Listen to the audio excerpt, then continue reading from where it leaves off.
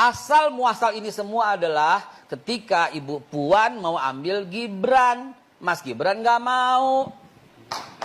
Yang kedua, Pak Ahmad Ali dari Anies juga, dan Pak Anies udah ketemu sama Gibran. Gibran nggak mau.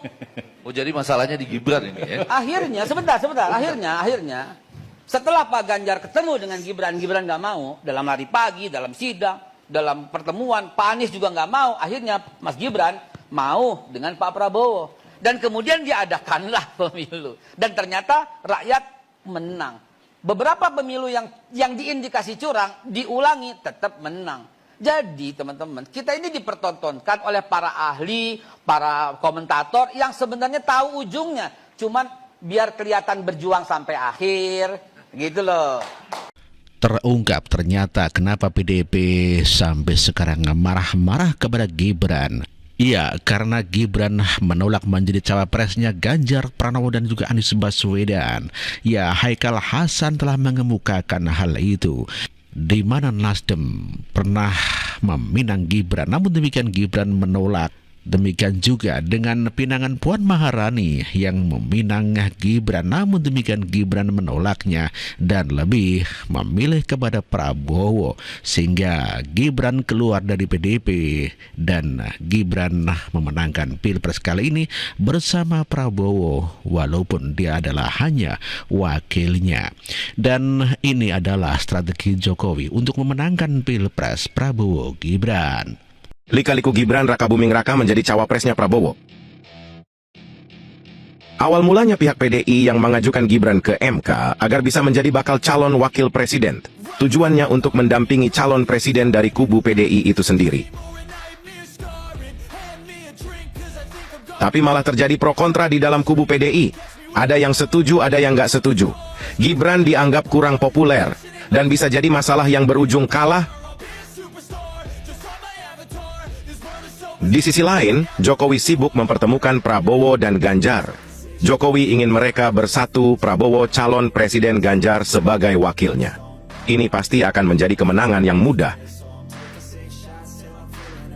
Tapi Ganjar menolak dan memilih mengikuti instruksi dari Nyonya Besar, Megawati. Kalau bisa, jadi calon presiden ngapain jadi calon wakil? Toh PDI adalah partai besar. Pasti mudah menang, mungkin itu yang terlintas dalam pikiran Ganjar. Ganjar terlalu GR dan PD. Jokowi pun telah berdiskusi dengan Megawati agar Prabowo diduetkan dengan Ganjar. Jelas, Megawati menolak mentah-mentah. Lia masa partai yang 10 tahun menjadi presiden, tiba-tiba harus jadi wakil. Yo nggak maulah. Kita beralih ke kubu Anies. Di sini Anies sudah deal jadi calon presiden dari Partai Nasdem CS. Anies melobi Gibran untuk menjadi wakilnya. Tapi karena beda misi visi, Gibran pun menolak. Gagalnya Anies melobi Gibran, AHW menjadi pilihan berikutnya. AHW dan Demokrat menerima pinangan Anies CS, tapi sayang di tengah jalan Demokrat justru dikhianati dan ditinggalkan. Surya Paloh lebih memilih Cak Imin dari PKB dengan alasan bisa mengambil suara dari NU.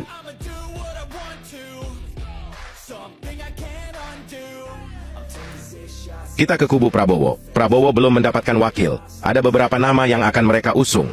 Ridwan Kamil dan Erick Thohir dan Sandi. Pilihan jatuh kepada Sandi. Tapi karena P3 Partai Sandiaga Uno telah terlanjur berkoalisi dengan PDI, Sandi pun menolak. Saat itu keputusan MK keluar. Gibran memenuhi syarat untuk jadi wakil presiden. Nama Gibran masuk dalam bursa wakil presiden. Mengetahui itu Prabowo ingin meminang Gibran. Berkali-kali Prabowo meminta Gibran agar mau menjadi wakilnya. Tapi berkali-kali pula Gibran menolak. Setiap pertemuan hasil selalu sama. Gibran menolak. Alasan Gibran menolak semua pinangan jelas karena menghormati PDI. Gibran masih menunggu keputusan PDI. PDI yang belum menentukan wakil. Dan Gibran pun berharap bisa dijadikan wakil dari PDI. Tapi seperti yang sudah dijelaskan di depan, terjadi pro kontra di badan PDI. Ada yang setuju Gibran jadi wakil Ganjar, ada yang tak setuju, dan ternyata lebih banyak yang nggak setuju.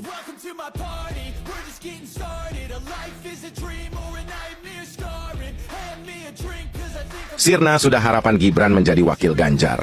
PDI memilih Mahfud MD menjadi wakilnya. Mahfud MD dianggap lebih senior, lebih berpengalaman, dan lebih populer. Pasti lebih mudah mendulang suara masyarakat. Kira-kira begitulah pikiran dari kubu PDI. Jokowi yang mengetahui PDI memilih Mahfud MD menjadi wakil. Jokowi yang merasa ditinggalkan. Jokowi yang merasa pendapatnya tak didengarkan. Tentu sangat terkejut dan kecewa. Di sisi lain Jokowi juga tahu bahwa kubu Anies bukanlah lawan YG Muda, apalagi ada Cak Imin bersama PKB-nya dan partai besar lainnya.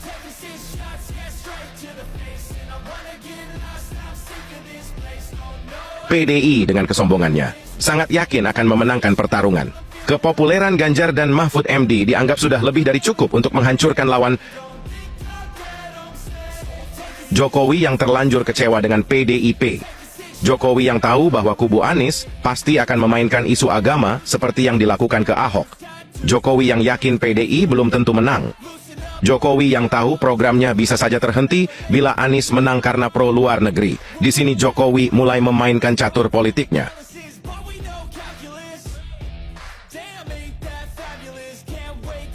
Jokowi tahu kekuatan Prabowo dalam Pilpres 2024 tidak begitu kuat. Masih kalah oleh PDI, masih kalah dengan Anies Ces. Tidak ada cara lain untuk memecah suara Anies agar ke Prabowo. Untuk memecah suara PDL agar ke Gibran, Jokowi, masuklah Gibran menjadi wakil Prabowo. Gibran masuk dan diusung oleh Golkar. Gibran fix keluar dari PDI. Masuknya Gibran ke kubu Prabowo disambut riang gembira dan semangat. Di sisi lain kubu PDI pecah. Suara PDI terbelah sesuai prediksi Jokowi. Suara Anies pun terpecah karena masih banyak yang setia dan kembali ke Prabowo. Satu langkah catur Jokowi sudah dijalankan, belum terlihat membahayakan oleh pihak musuh. Apalah hebatnya seorang Gibran. Mereka meremehkannya hingga keluar kata dua belimbing sayur Gibran, anak inggusan. Tentu beda level. Mereka jauh lebih tinggi. Ibarat mereka bintang, Gibran hanyalah debu.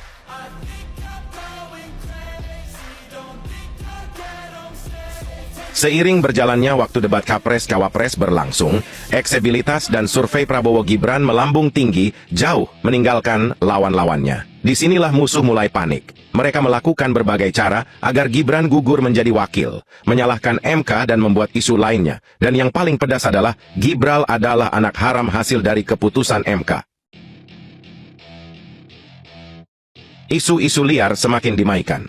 Jokowi pengkhianat PDI, Jokowi pengkhianat konstitusi, Jokowi sang dinasti politik, isu SARA disebar di mana-mana. Lalu apakah itu menurunkan eksibilitas Jokowi? Menurunkan antusias masyarakat untuk memilih Prabowo Gibran? Tentu tidak. Kredibilitas Prabowo Gibran semakin kuat. Masyarakat sudah muak jenuh dengan isu-isu seperti ini. Ganjar sudah berani menilai kerja Jokowi dengan skor 5. Mahfud MD ikut duan menyentil Gibran sebagai anak tak bermoral beretika. Mahfud yang sekarang bukanlah Mahfud yang dulu yang masih berharisma. Tentang HAM Prabowo pun diangkat lagi, meski tak pernah terbukti Prabowo salah.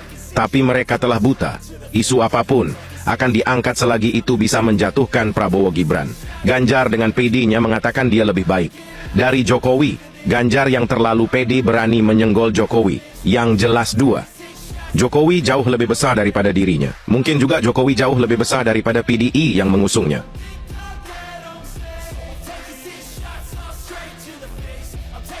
Andai kemarin Gibran menerima Anies, atau PDI menjadikan Gibran wakil, tentu keputusan MK tidak pernah disalahkan. Ibarat kata pepatah, nasi kemarin telah menjadi nasi goreng. Sudah terlambat. Kompetisi tetap harus berjalan. PDI yang lupa diri, merasa sudah sangat besar, merasa pasti menang dengan kesombongannya.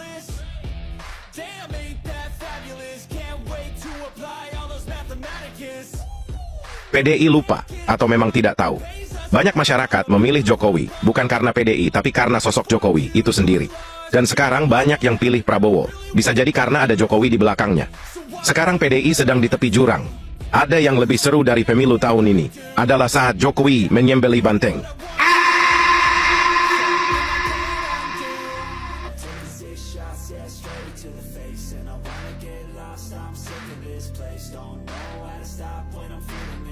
Kalau Kalau begini, masih pantaskah berburuk sangka pada Pak Jokowi? Mungkin Menurut saya sangat tidak pantas, sangat naif dan sangat memalukan kalau sampai ada orang yang berburuk sangka terhadap presiden sebaik Bapak Jokowi. Kalian tidak melihat apa pembangunan infrastruktur di mana-mana sampai ke pelosok-pelosok daerah. Kemudian ada perbaikan birokrasi, kesehatan, pendidikan dan masih banyak lagi. Ya, ntar kalau ada yang bilang, "Walah, itu hasil ngutang itu pembangunannya." Tak kasih tahu ya. Negara kita ngutang itu sudah dari zaman dulu kita tuh punya utang. Ada wujudnya enggak? Enggak ada. Mending-mending ini 10 tahun Bapak Jokowi menjabat sudah bisa membayar hutang dari utang negara kita yang lalu, sama ada wujudnya ini pembangunan merata di mana-mana. Dan ini lagi ya, apakah ada sih seorang presiden yang rela ya dana taktis yang harusnya menjadi hak miliknya, yang bisa digunakan untuk pribadinya, rela dikumpulkan sekian tahun selama Bapak Jokowi menjabat kemudian untuk dibagikan kepada rakyat? Ada enggak presiden-presiden yang sebelumnya? Kalau ada tolong kasih tahu ke saya ya. Kemudian kalau ada yang bilang, ini ya bantuan sosial dan lain sebagainya, karena itu dari rakyat kita bayar pajak. Tak kasih tahu ya, dari saya lahir ceprot dulu, itu juga sudah bayar pajak itu bapak saya. Tapi ada nggak yang dikembalikan lagi ke rakyat dalam bentuk bantuan-bantuan? Baru sekarang ini banyak sekali bantuan-bantuan. Jadi kalau Bapak Jokowi bilang, saya kalau urusan demi rakyat, saya akan lakukan apapun. Demi rakyat, sehingga apapun yang menjadi hak miliknya beliau pun rela dibagikan untuk rakyat. Ya. Jadi kalau kalian bilang Bapak Jokowi ini melakukan praktek dinasti, ya, oligarki, nepotisme, KKN, keluarganya dijadikan bla bla bla bla, ujung-ujungnya semuanya kan pengennya dapat duit kan, dapat uang, memupuk kekayaan untuk pribadi. Tapi Bapak Jokowi nggak lakukan itu. Jadi itu tuduhan itu tidak berdasar, ya. Bapak Jokowi itu seorang Fir'aun, ya, pengkhianat siapa coba? Ya, negara kita ini nanti dijual ya ke orang asing. Tak kasih tahu, jangan picik banget. Ini negara bukan pisang goreng ya yang dijual di jalan itu. Jangan bodoh-bodoh amat sih, ya. Jadi kalau sekarang saya bilang banyak itu sekarang orang melakukan orasi provokasi, ya, orasi provokasi yang bergaya fiksi. Tahu fiksi enggak? Fiksi itu adalah cerita yang dikarang oleh pengarangnya, itu berdasarkan hayalan tapi bukan kenyataan. Jadi jangan sampai deh kalian ini termakan orasi provokasi bergaya fiksi. Ya, kalian mau turun ke jalan, kalian rencana mau demo hanya karena orasi seperti ini. Ntar kalian akan dibilang loh, generasi fiksi, termakan orasi seperti itu. Malu dong. Pakai logika sedikit. Jangan apa-apa itu diterima mentah-mentah, ya.